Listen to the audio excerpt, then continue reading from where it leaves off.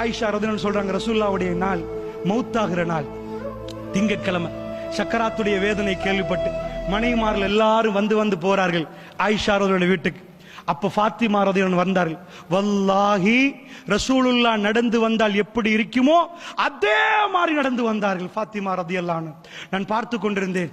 ரசூல் ஸல்லல்லாஹு அலைஹி வஸல்லம் வீட்டுக்குள் வந்த உடனே ரசூலுல்லாஹ் அவ்வளவு வேதனையில் இருந்து மர்ஹபன் ஃபாத்திமா ரதியல்லாஹு கண்டோனே ரசூலுல்லாஹ்வுடைய முகம் மலர்ந்துட்டு ரசூலுல்லாஹ் பேச துடிக்கிறார்கள். ஃபாத்திமா ரதியல்லாஹு அவர்களோட மர்ஹபன் ஃபாத்திமா வந்து இருக்கிறார்கள். ரசூல் ஸல்லல்லாஹு அலைஹி வஸல்லம் அவருடைய கடைசி நேரம், அல்லாஹ்வுடைய நல்லடியார்களே, அந்த நேரத்தில் ரசூலுல்லாஹ்வுடைய சவுண்ட் கேட்கல, வெளியே சொல்ற அளவுக்கு சப்தம் இல்லை ரசூலுல்லாஹ்வுக்கு.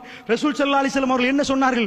ஃபாத்திமா அவர்கள் பேச ஃபாத்திமா அவர்கள் காதை வைத்து கேட்டார்கள். ரகசியம் பேசுவது போன்று ரகசியம் பேசல, சொல்லுவதற்கு சப்தம் இல்லை ரசூலுல்லாஹ்ட்ட. ரசூலுல்லாஹ் சொன்னார்கள், ஃபாத்திமா இந்த ரமலானில் ஜிப்ரீல் என்னிடம் 2 தடவைகள் வந்தார்கள். ஃபாத்திமா நான் நினைக்கிறேன் இது என்னுடைய மௌத்தாகிற நாள் என்று நினைக்கிறேன், என்னுடைய கடைசி நாள் என்று நினைக்கிறேன். ஃபாத்திமா ஃபாத்திமா ரதியல்லாஹு அழ ஆரம்பித்து விட்டார்கள். வாப்பா உங்களுக்கு வாப்பா இப்படி என்று அழ ஆரம்பித்து விட்டார்கள். அவர்கள் தாங்கல்ல. என்ற ரசூலுல்லாஹ்வுக்கு இருந்த அதே ஒரு மகள் என்று இருந்த ஒரே உறவு அது மட்டும்தான், ஒரே ஒரு மகள். ரசூலுல்லாஹ் என்ன சொன்னார்கள்? என்னுடைய சதையில் ஒரு துண்டு ஃபாத்திமா என்றார்கள். மிம்பருக்கு மேல் ஏறி சொன்னார்கள், என் சதையில் ஒரு துண்டு ஃபாத்திமா என்றால். அவ்வளவு இரக்கம் ரசூல் ஸல்லல்லாஹு அலைஹி வஸல்லம் அவர்கள். அல்லாஹ்வுடைய நல்லடியார்கள் ஹசன் ஹுசைன் ரலியல்லாஹு எப்பையும் மோந்து கொள்வார்கள், எப்பையும் பாராட்டி பார்ப்பார்கள். அந்த ஃபாத்திமா ரலியல்லாஹு காதுல சொன்னாங்க, ஃபாத்திமா ரமலான் எப்ப வந்துச்சு, எப்ப உணர்ந்திருக்கிறாங்க பாருங்க. ரமலானுக்கு பிறகு ஷவ்வால், ஷவ்வாலுக்கு பிறகு துல்கஅதா, துல்ஹஜ், அதுக்கு பிறகு முஹர்ரம், ஸஃபர், ரபியுல் அவ்வல்ல தான் மௌத்தாகிறாங்க. அல்லாஹ்வுடைய நல்லடியார்களே, ரசூல் ஸல்லல்லாஹு அலைஹி சொன்னாங்க, ஃபாத்திமா இந்த தடவை ஜிப்ரீல் 2 தடவை என்னை சந்தித்தார், அதனால் நான் நினைக்கிறேன் எனக்கு மௌத்தான நாள் என்று. இன்றைக்கு பிறனுடைய வாப்பாவுக்கு எந்த வருத்தமும் இல்லை. ஃபாத்திமா ஃபாத்திமா ரலியல்லாஹு அழ ஆரம்பிச்சார்கள். அழ ஆரம்பிக்கிற ரசூலுல்லாஹ் கேட்டாங்க, அலா தர்லீனா யா ஃபாத்திமா, ஃபாத்திமா உங்களுக்கு திருப்தி இல்லையா? ஃபாத்திமா உங்களுக்கு திருப்தி இல்லையா? அல்லாஹ்விடம் சொர்க்கத்தில் மூமின்களுடைய தலைவியாக நீங்கள் இருப்பீர்கள் ஃபாத்திமா, உங்களுக்கு திருப்தி இல்லையா? என்னுடைய குடும்பத்தில் நான் மௌத்தான பிறகு முதலில் என்னிடம் அவசரமாக நீங்கள் தான் வருவீர்கள் ஃபாத்திமா. உடனே சிரிச்சிட்டாங்க ஃபாத்திமா ரலியல்லாஹு அவர்கள். அல்லாஹ்வுடைய நல்லடியார் அப்பொழுது ஹசன் ரலியல்லாஹு சின்ன வயசு, ஹுசைன் ரலியல்லாஹு சின்ன வயசு. இந்த உம்மத்தில் என்றைக்கும் பிள்ளைகளை பார்த்து நாங்கள் மௌத்தாகிறதான்னு யோசிக்கல, சிரிக்கிறார்கள். எது சரி? சுவர்க்கம். ரசூலுல்லாஹ் 2 தான் சொன்னார்கள் மகளுக்கு, இத்தகில்லா ஃபாத்திமா பயந்து கொள்ளுங்கள், ஃபஸ்பிரி பொறுமையாக நடந்து கொள்ளுங்கள். இந்த 2 தான் ரசூலுல்லாஹ்வுடைய கடைசி உபதேசம் தன்னுடைய மகளுக்கு. அல்லாஹ்வை பயந்து கொள்ளுங்கள், பொறுமையாக நடங்க. இதுதான் மிக பெரும் உபதேசம் அல்லாஹ்வுடைய நல்லடியார்களே. இந்த ரமலான் எங்களுக்கு தருகிற பாடமும் இதுதான்.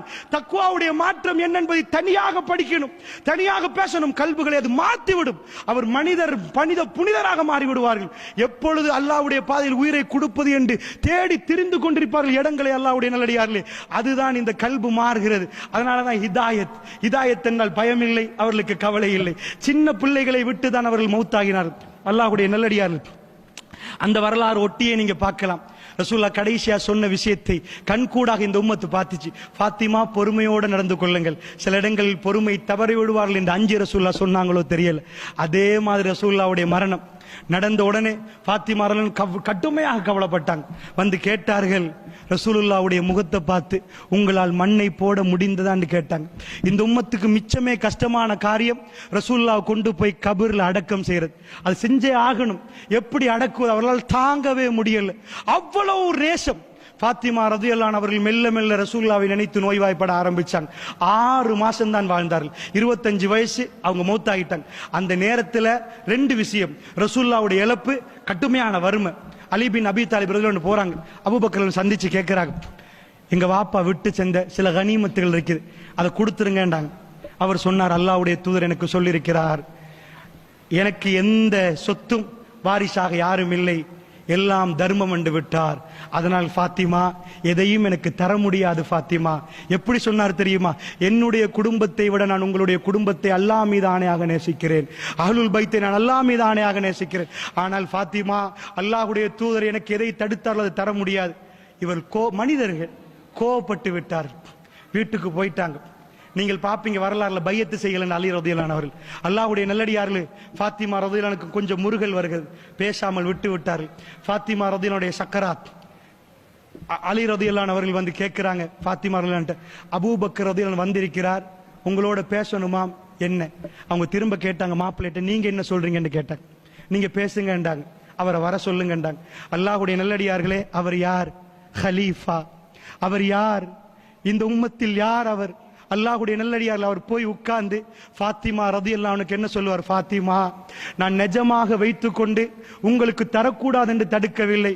உங்களுடைய தகப்பன் ரசூலுல்லாஹ் அதை கொடுக்க கூடாது யாருக்கும், அது இல்லை தர்மம் என்று சொல்லிவிட்டார்கள். ஃபாத்திமா எல்லா என்னுடைய பொருட்களும் அல்லாஹ்வும் அல்லாஹ்வுடைய தூதருக்காக வேண்டி எல்லாத்தையும் கொடுத்த நான் அதை தடுத்து வைத்திருப்பேனா ஃபாத்திமா? ஒரு தடவை ஹதீஸை பரட்டி பாருங்க, திரும்ப திரும்ப திரும்ப திரும்ப சொல்றார், ஃபாத்திமா நான் சொல்லுவதை நம்புறீர்களா? ஃபாத்திமா ரலியல்லாஹு முகம் மலர்ச்சியாகி அவர்கள் நான் நம்புறேன் என்று சொல்லும் வரைக்கும் அவர் நிற்கிறார். அல்லாஹ்வுடைய நல்லடியார்களே, இதுதான் மூமின்களுடைய ஒத்துமை. நிஃபாக்கி இருந்தா மனசுல நான் எதுக்கு அடிமையாகணும், நான் எதுக்கு போகணும், நான் யாரு, அவர் யார், இந்த உம்மத்தில் அவர் யார்?